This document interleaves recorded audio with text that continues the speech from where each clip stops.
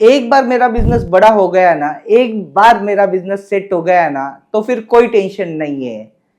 Business owners, क्या आपको लगता है बड़े बिजनेसेस को चैलेंजेस नहीं आते? डेफिनेटली आते हैं।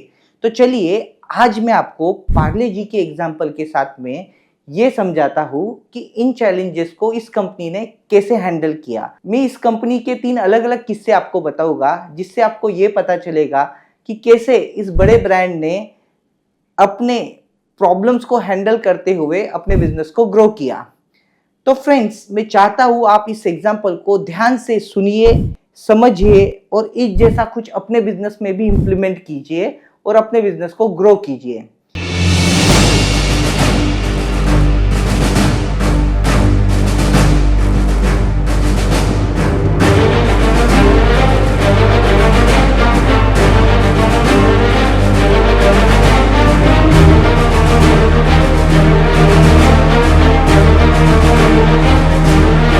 सबसे पहले 1947 में इस कंपनी ने एक चैलेंज फेस किया। इनका जो सबसे मेजर रॉ मटेरियल था गेहूं, उसका सप्लाई लिमिटेड हो गया।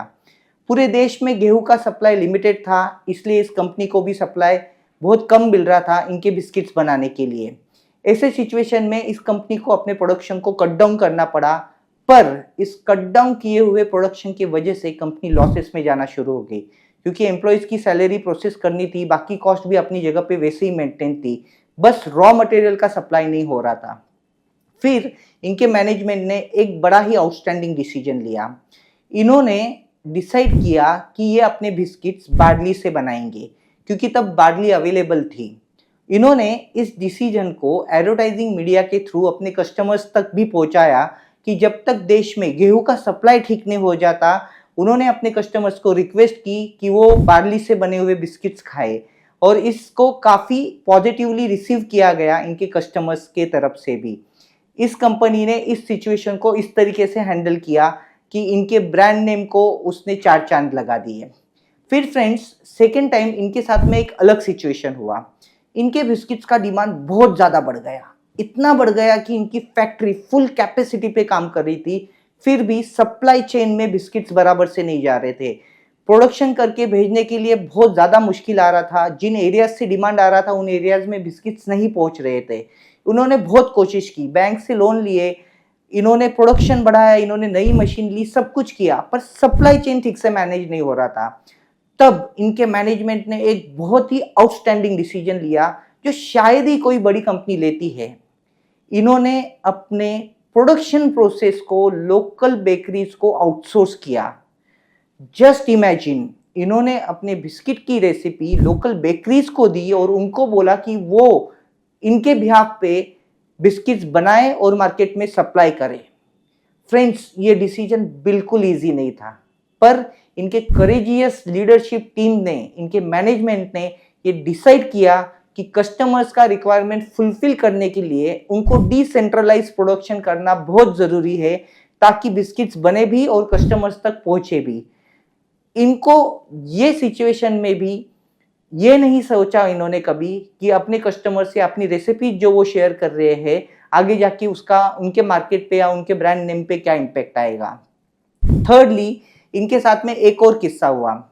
इन्होंने पिछले 25 सालों से अपनी जो सेलिंग प्राइस है उसमें कोई मेजर चेंज नहीं किया है। अगर आप देखोगे तो 25 साल पहले 100 ग्राम का पैकेज 4 रुपए में मिलता था और आज 55 ग्राम का पैकेज 5 रुपए में मिलता है। तो ये मेजर चेंज नहीं है। ये क्यों है? ये बाई चांस है क्या, या इनके मैनेजमेंट ने कुछ सोच समझ के ये किया है? फ्रेंड्स, मैं आपको बताना चाहूँगा, इसके पीछे भी एक किस्सा है। जब इन्होंने फर्स्ट टाइम अपने बिस्किट्स का प्राइस 50 पैसे से बढ़ाया था एक टाइम पे, तो इनका सेल्स में बहुत बड़ा ड्रॉप आया और जो इनके कंज्यूमर्स थे वो बहुत नाराज हो गए थे। वो इतने नाराज थे कि रोड प्रोटेस्ट भी हुए थे कि पार्ले जी की बिस्किट की प्राइस क्यों बढ़ाई गई 50 पैसे से। तब मैनेजमेंट को ये समझ में आया कि इनका जो मार्केट है, इनका जो कंज्यूमर है, वो बहुत ज़्यादा प्राइस सेंसिटिव है। तब से इन्होंने डिसाइड किया कि ये प्राइस में मेजर डिफरेंशिएशन नहीं करेंगे। उसके लिए इनको अगर टेक्नोलॉजी में चेंज करना पड़ा, सप्लाई चेन में चेंज करना पड़ा, या कोई और तरीका यूज़ करना पड़ा जिससे कि प्रोडक्ट की क्वालिटी पे कॉम्प्रोमाइज़ नहीं करते हुए वो अच्छे रेट पे बिस्किट्स दे सकते हैं, तो वो उन्होंने सब तरीके यूज़ किए और इसकी धीरे धीरे कस्टमर्स को भी आदत लग गई। पर नो मैटर क्या हो जाए, इन्होंने अपने बिस्किट का प्राइस नहीं चेंज किया, तो फिर प्रॉफिट्स का क्या हुआ रहेगा? अरे कुछ नहीं हुआ। 2023 में कंपनी ने 905 करोड़ का प्रॉफिट रिपोर्ट किया है। तो कंपनी प्रॉफिटेबल भी है और उसका प्राइस पॉइंट भी मेंटेन्ड है। तो ये बड़ी इंपॉर्टेंट चीज है जो कंपनी ने की अपने बिजनेस को ग्रो करने के लिए। आई होप आपको इस एग्जाम्पल से बहुत सारी इंपॉर्टेंट चीजें पता चली रहेगी कि लॉन्ग टर्म में एक बड़े और सेट बिजनेस को भी किस टाइप के चैलेंजेस आ सकते हैं और मैनेजमेंट और लीडरशिप टीम को इसको कैसे सॉल्व करना पड़ता है। आई होप मेरे ऐसे ही अपकमिंग इंटरेस्टिंग वीडियोस के लिए आप मेरे चैनल्स को सब्सक्राइब करेंगे। और आज के आपके वक्त के लिए थैंक यू वेरी मच। नमस्ते।